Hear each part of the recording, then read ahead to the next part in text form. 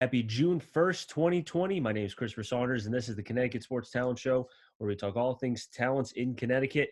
And on today's show, we have the head coach for Coginchaug. They are in the Pequot. His name, Mike Eagle. Mike, thanks so much for being able to come on today. Chris, thank you very much. Appreciate it. Thanks for having me on. Honestly, what you're doing is awesome for our game, for the state. It's just great to to promote it the way you are. You know, I've been watching a lot of your stuff on Twitter and YouTube, and you got some. It's just really promoting the talent in this state. Well deserved, both the kids as well as the coaches. Some great coaches out there and some incredible kids out there as well. So keep up the great work. This is awesome for football and other sports in our state. I really do appreciate it, Coach. You know, it's a pleasure to be able to hear about the stories of different players and coaches like yourself. I mean, I talked to a player from Richfield, Scavone, Alexander Scavone, who's a running back linebacker. He didn't play football until his freshman year, and now he's getting looked at by Division III and II schools. Like that's the kind of stuff that I love to hear. Or like coaches like yourself who have gone through the freshman and JV and offensive coordinator, like all the different roles, that kind of stuff. The journeys is what really kind of gets me going. Well, that's what it is. Everybody has their own journey, their own path, and there's peaks and valleys in it, and there's differences with everybody. But that's what's great, and for you to highlight it, and make that known and get that out there for everybody to see is just an awesome thing, and we need more of it. It's great what you're doing, really is. Now, Coach, speaking of the journeys, let's talk about yourself. I know you've been with Morgan, Guilford, and Berlin, but just talk about how you got into coaching and then what led you to those programs before coming to Coginchaug.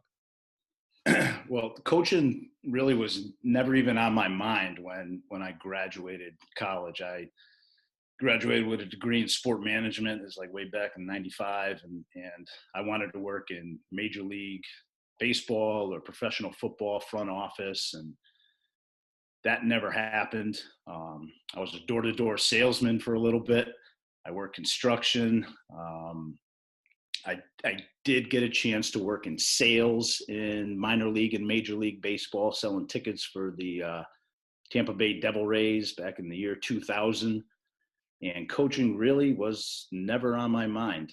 And being at that level just wasn't something that I enjoyed. I thought it was something I wanted to do, and it didn't turn out that way. So, my mother's a teacher. My father was an adjunct professor in the arts at Quinnipiac, and they said, "Why don't you become a teacher? Why don't you try that?" So I went back to school, came back home. I was in Florida there, and came back home, and my first coaching job was with Tim King at Valley Regional. My mother was a teacher in Deep River, so yeah, so she knew Tim, and he got me on board, and that was the year 2000, 2001, and that's where it all started.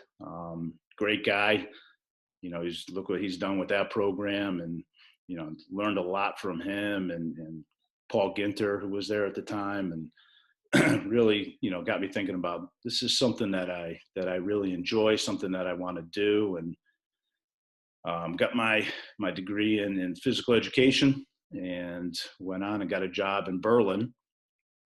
Took a year off, really concentrated on my first year of teaching, and then got on board with John Capodice in Berlin and Josh Rosick, and was in Berlin for 6 years or so, 2004 season through 2009.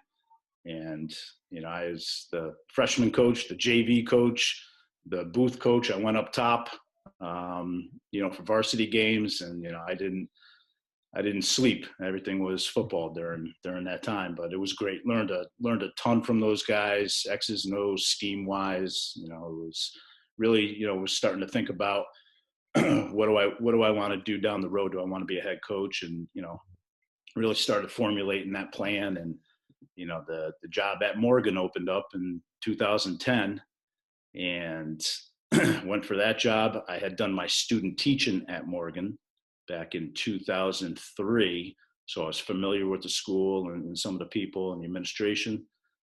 And that was my first head coaching job in 2010. 28 kids, 28 kids on that team. Had your work cut out for you, didn't you? Whew, it was crazy. It was an eye opener, being in charge at the varsity level, but it's something that I aspired to, and my time there was just it was a lot of fun. It was great people, great administration, relationships were awesome, and it was a good time, and it was the Pequot, and now I'm back in it. So I was trying to find, a way to get in contact with the Valley Regional coach because I've been trying to get him to come on, but it yeah. seems like he just doesn't want to. I don't know why. It must be me. It's got to be me. No, can't be. I'll shoot him a text after this, and I'll Yeah, say you got to go on. You got to go on the show. you have to. I mean, hey, this kid wants you to come on. He's a decent guy, but just wants to talk. That's all. Yeah, Coach King's a good guy. No, he's really like I've being able because I broadcast in the NVL, so Yeah. I like being able to go outside like I am to try to learn about other programs and just see what it's about in other conferences. And what he's done at Valley Regional, they're always in the playoffs. I felt like every year when I would, because obviously after the regular season, we don't broadcast the playoffs, so that's kind of like my downtime, so I can Yeah. go out and go watch different games. I felt like always it was Ansonia and Valley Regional in the final. And, seeing this was a couple years ago, seeing him coach against a team like Ansonia, a lot of coaches I've noticed against Ansonia are intimidated. He Oh was yeah. he was not one bit, and that was impressive.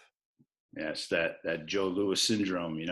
They're defeated before they got into the ring there, and Exactly. rightfully so in some cases because they that's a program. That's one of the top tier programs in the state, no doubt about it. But Mm.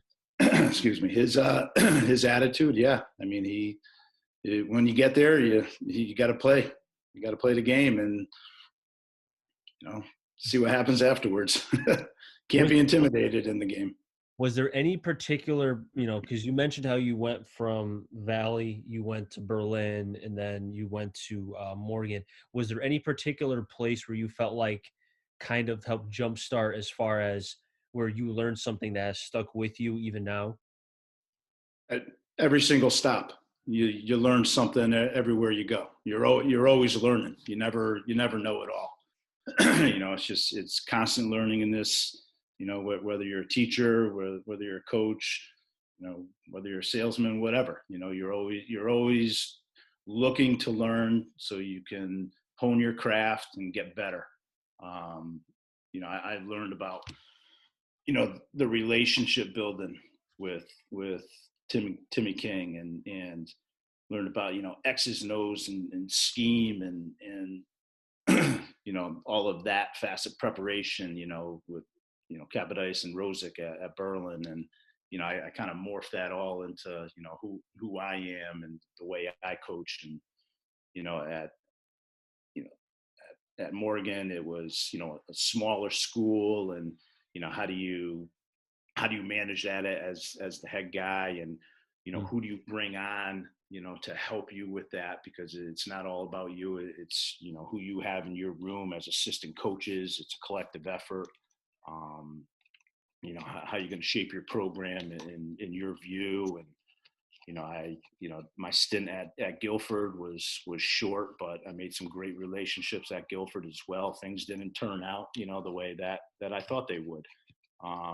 It's like ordering a pair of shoes online, and you get them, and it may look great, at the time, but you put it on your foot and it's a little tight maybe. But it's something that you try to do. But some of the lessons I learned from Guilford, are great life lessons for me. And like I said, I made some great relationships with the kids in town and some of the parents. And Mm. I live in Guilford. This is where I am. I live in Guilford now. So and then I try to bring those experiences to going back to Berlin, and being the offense coordinator in Berlin. And what could what useful experiences from my past could I use in Berlin. And we had a good 2-run 2-year run at Berlin, very successful. And I know all those kids because I teach up there, so I've known those kids on the team since 6th grade. So I think it's just, it's a step-by-step progress, and you're always learning something on your journey, on your path. And that's what you try to tell the kids too. It is a process, and you have to be open-minded. And if you're not learning something, maybe you should start. Even like, because if you look at, the kind of jobs that you've had, even outside of sports, being a salesman, Yeah. you had an opportunity to work for minor leagues as well for just a little bit. The relationships and being able to work on certain situations there, you can even use with being Oh a yeah. head coach. Because as a salesman, you need to be able to have eye-to-eye contact, the communication factor, all that kind of stuff. So that's why I've always believed in, even let's say, if you didn't think that you would be like a head coach, or if you didn't think that you would be this, that, or another, the jobs you've had previously, no matter how minute, it could be working at McDonald's, it doesn't matter. Those jobs help carry you with lessons as you progress in life.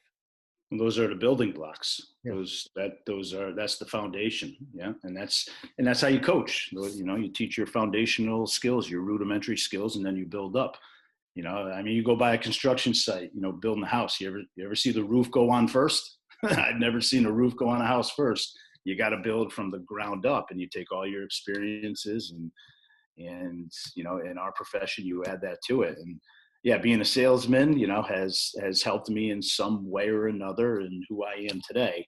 Although I wasn't really good at being a salesman. I wasn't really the best, but I'm a better coach, I think, than I was a salesman. So. No, coach, I think you're an outstanding coach. And I think the Pequot has a lot of talented coaches. And I think the Pequot doesn't get a lot of credit that it deserves because of small school, multiple teams, as far as, a co-op, I guess that was the word I was looking for, a co-op. But, the team in Coginchaug, there's a lot of talent. Before we get into that, just take me into kind of how you found the job opening at Coginchaug, and just take me into the interview process. Well, I took the year off. I stayed home. Help out.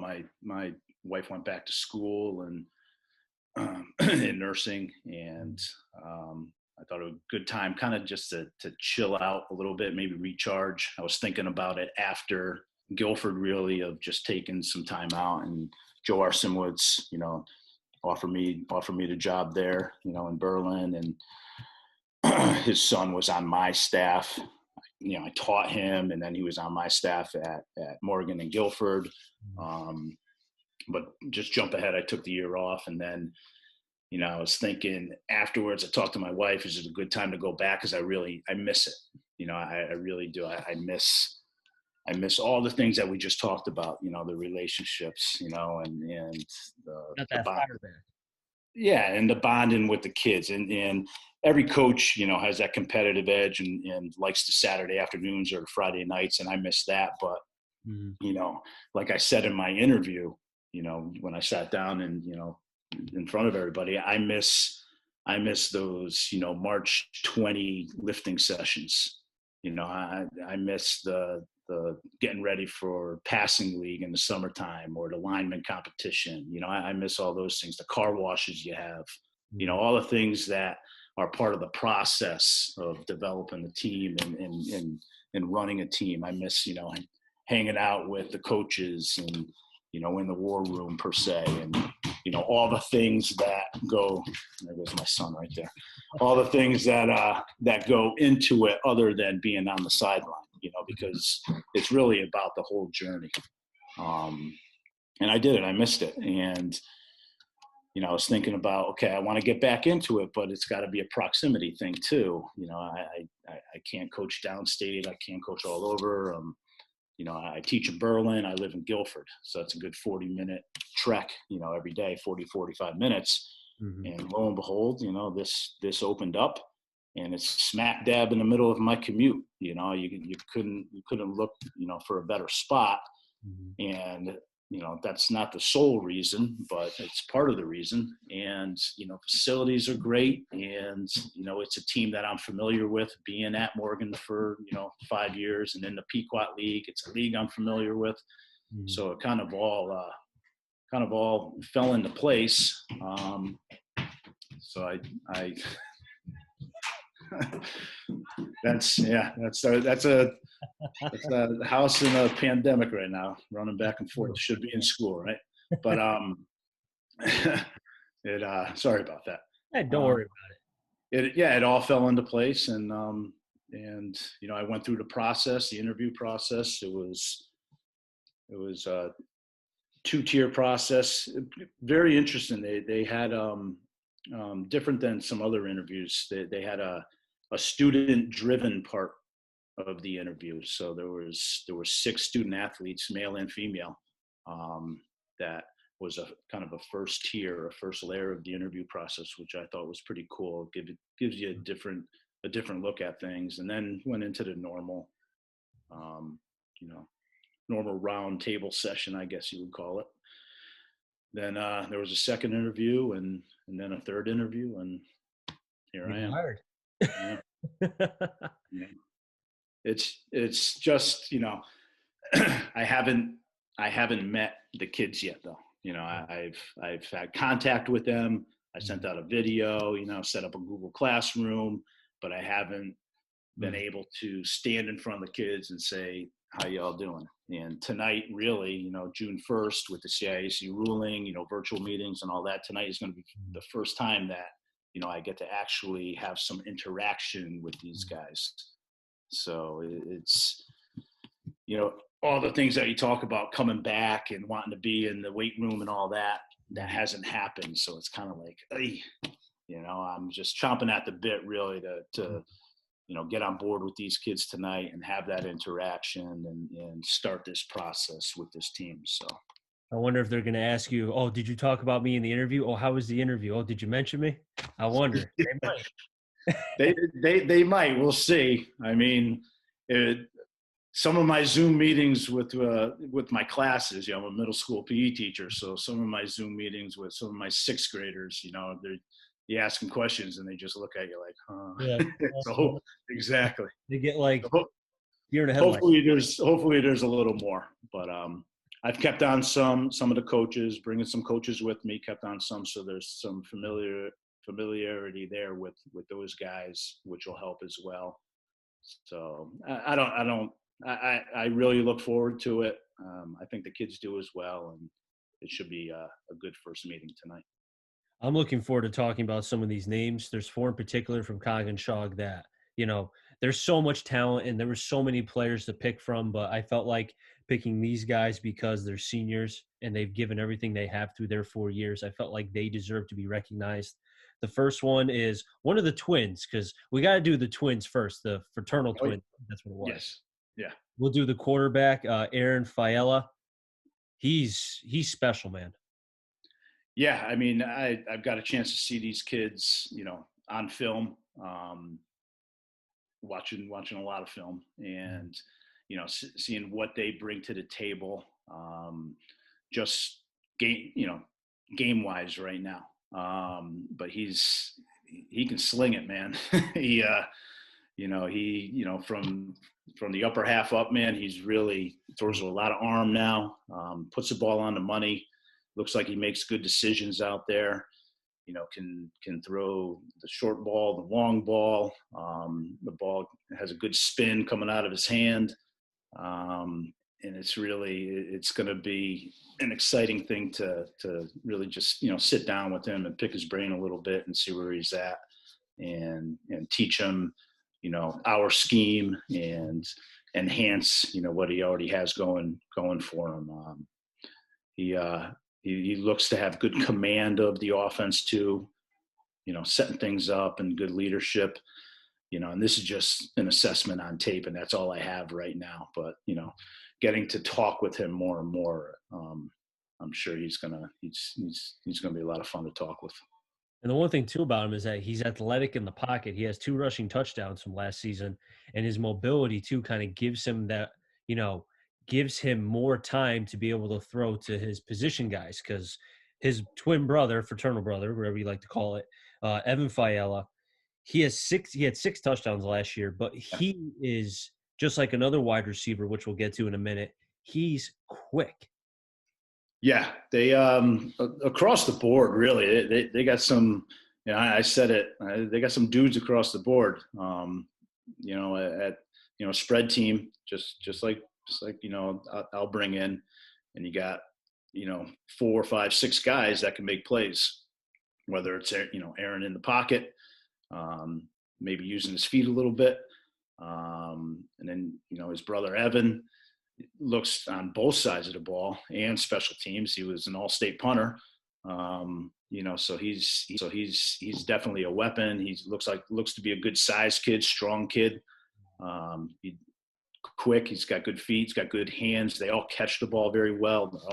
Hands guys. They don't let the ball get into their body. Just getting them to fit into our scheme, how we do things. It's very similar to the schemes. We're a little more emphasis on the run, I think, with me and what we do, but we can utilize these guys all around, and Evan's going to be, he'll be a big part of it. Another player that's going to be a big part of it too, Jackson Moore, who I've seen could get a lot of awards this time next season, because he's, when I see guys who are quick, I always think of them as gadget guys, but I feel like he's more than that, because I had to watch his tape fully to really understand that his routes are not just, he's not just a one route guy. He has so many different combinations that you can really tell that he puts in a lot of work into his craft. Yeah, he looks to be multifaceted, just like all the guys. I mean, they're pretty identical, different. They're from what I understand, they're all about anywhere from 6'2" to one of the guys you're going to talk about in a moment too, to 6'5", 6'6". So they're all big, strong kids. Where are they feeding? Yeah, yeah, yeah. It's one of those classes, that you get every now and then. Very very similar to a Morgan class that I had with Jake Ward and those guys back in 2013, 14. But yeah, the Jackson is another two-way guy. He can do it offensively, defensively. He's just got that ability to make plays, and be around the ball. Defensively, he's quick in his breaks. He's got a good sense for the ball, direction. Offensively, he looks like he has great feet. Looks like he is a crisp route runner, which you need. They look to block pretty well on the perimeter as well, which you need to do for each other, especially in screen game work. And it'll be fun to get him in certain situations. See if we can get him matching up one-on-one situations, and with all these guys really. I'm glad you mentioned the blocking, because that's another thing too that I wrote in my notes and I just forgot about it. So I'm glad you mentioned it. A lot of times, because I've watched a lot of games and called a lot of games at the high school level, and sometimes wide receivers in high school, they don't want to block. But when you get that special group, or you get that player that kind of does, especially being, I think, probably the best wide receiver just because of talent and such, then other guys follow, because if they see that, then they're like, okay, if the best guy is going to be blocking, then I need to be blocking. So he sets an example for the rest of the wide receiver corps. There's no plays off. Yeah. I mean, you just because you may not be getting the ball, on that particular play call, which in our offense, you could be getting the ball like in every play call, but just because you're not getting the ball doesn't mean you can't be a part of a touchdown, part of a score, or part of a positive play, a gain. I was a receiver for Xavier High School back in the late 80s. We had I formation, and the coach said, "You want the ball? You want to catch those 34 passes this year?" Which was a lot back then, I guess. But you want the ball? You better block out there. And I've always thought of that. And yeah, I mean, there's two fundamentals, two things in this game that haven't changed in over 100 years, and that's blocking and tackling. And whether you're, in the box blocking or you're on the perimeter, you got to block. And they look to do a pretty good job of it. And, we'll look to enhance it and get better at it. But, yeah. And a player that does a lot of blocking and tackling, but also receives as well, Tyler Garrettson, tight end, outside linebacker. This is like I wrote it down, 6'5", 185. He's only going to fill out and get stronger, and he's probably still not done growing. Oh Like, yeah. young man, and you mentioned earlier about catching. He goes up. He doesn't let it come to his chest. He goes after that ball.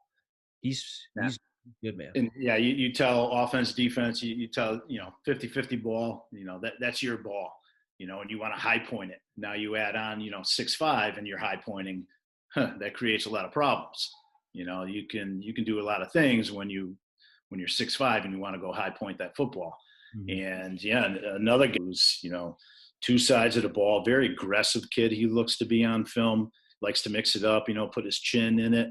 And that's a good thing on both sides of the ball, not only on the defensive side. Um, he looks to be multifaceted, where maybe we can put him inside as well. But he goes for the ball, and it looks, he's not. He'll go for the ball in traffic too, over the middle. And that's one thing that you have to have as that receiver, that attitude. Um, what is it? You're going to get hit anyway, so you might as well hold on to the ball, right? You might as well go for it. So he looks to be another one where, we can really work with him and all these guys. I'm just very excited about, getting these guys out onto the field and, putting them into, the way we work things. And, Mhm. it's going to be a lot of fun. And, hopefully we can get out there in the fall. Yeah, no, I agree with you. I think that's the one thing that, especially when you see all this talent, I mean, it has to make you feel a little bit giddy inside, because it's like you have all these weapons, you have all the tools, kind of like the Kansas City Chiefs with Andy Reid. I mean, you could be the Andy Reid of the Pequot, because it's like you have your quarterback, Patrick Mahomes. You've got Tyreek Hill. I mean, you basically have Kelsey at tight end, except he's like 18 years old. I mean, you have so many weapons on both sides of the ball Yeah. that this could be one of those special Coginchaug teams that Yeah. people never forget. The only question is playing the games. Yes. And there's a bunch more that we didn't even mention. There's a bunch more guys that, Mhm. that I've seen on film that are going to be, valuable and, big parts of what we do offensively and defensively as well. It's just, you know, it's just a matter of, yeah, can we get out there in the fall with all this, and hopefully we do, and get these kids an opportunity to play some kind of season at least with these guys, which I think will happen. I hope so too, for your sake and for everyone else's sake. I see how much work the coaches are putting in with the virtual meetings and so forth. I see what the players are doing, working out at home or Yeah. working out in their backyard, and the one thing I want to see, selfishly, is to be able to broadcast, because I know if I'm broadcasting football again, then it's back. And I think that Yeah. would bring a lot of joy to everybody. Yeah, just that sense of normalcy, and Mhm. we're doing what we have to now. You follow the guidelines and practice your social distancing, and do everything you have to. And if you do that, maybe that ensures that possibility of getting out there, Mhm. a little sooner than later, which we all want.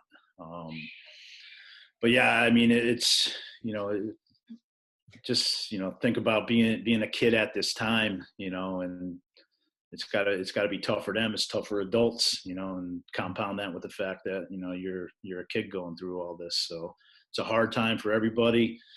It's one of those situations. You talk about getting through adversity, and what does this game teach? It teaches how to prevail and fight through adversity. And we're smack dab in the middle of it, and asking a lot of our kids right now to do a lot of things on their own. And hopefully they are, which I think they are. And then I mean, to be honest, I'm really looking forward to tonight and talking with these kids. That was my thing when I heard that we can get this virtual meeting set and do this, and actually talk with these kids. That's been my main focus.